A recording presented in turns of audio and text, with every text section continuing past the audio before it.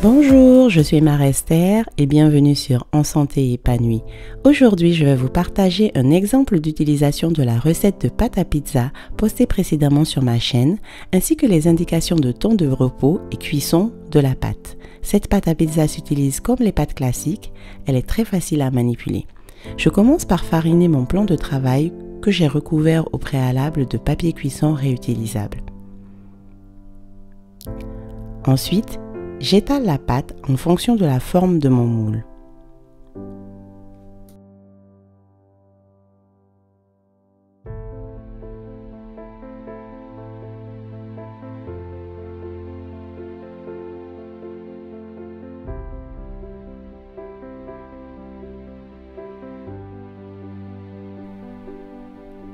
Je place la pâte dans le moule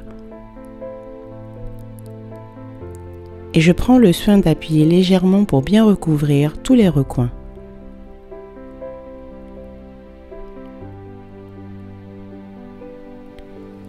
J'enlève les excès de pâte que je peux utiliser pour colmater certains endroits où la pâte est trop fine dans le moule. En me servant d'une fourchette, je pique le fond de la pâte pour éviter qu'elle ne gonfle trop à certains endroits lors de la cuisson. Puis je laisse reposer la pâte ainsi environ 30 minutes à température ambiante ou dans un endroit plutôt chaud.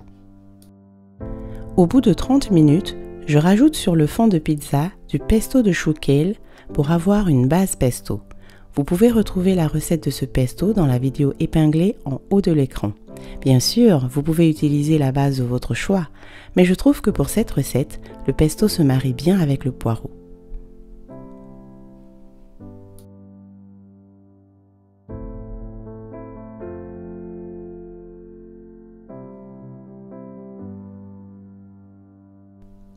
Je récupère l'équivalent de 3 poireaux émincés finement que j'ai cuits 20 minutes à la vapeur. J'utilise le poireau tout entier car je trouve que c'est vraiment du gâchis de jeter le verre. Je verse sur les poireaux cuits 200 ml de crème de soja. Si vous ne consommez pas de soja, vous pouvez utiliser la crème végétale de votre choix, aux amandes, coco, etc. Je rajoute du sel, du poivre, de l'origan. Vous pouvez rajouter les herbes séchées de votre choix. Je mélange bien la préparation.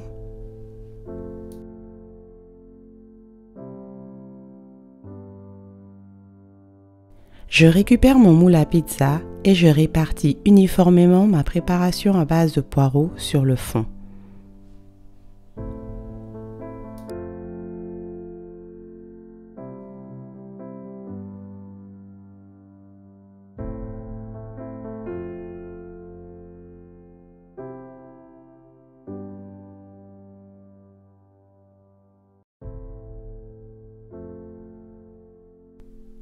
Il ne reste plus qu'à rajouter des légumes de votre choix. Moi, j'ai choisi de rajouter du poivron et des champignons. J'émince donc finement une moitié de poivron rouge,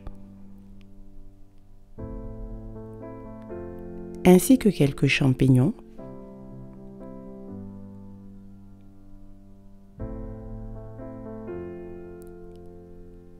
Que je répartis sur la pizza.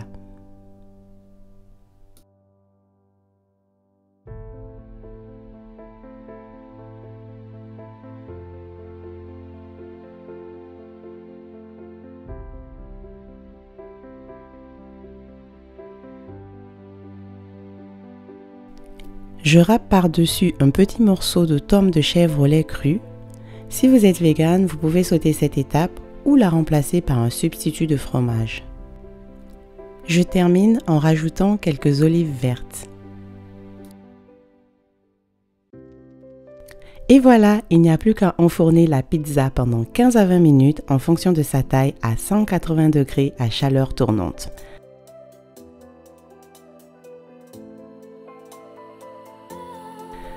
J'espère que vous avez apprécié la recette. Je vous dis à bientôt dans une prochaine vidéo et je vous souhaite de rajouter du vivant dans vos vies.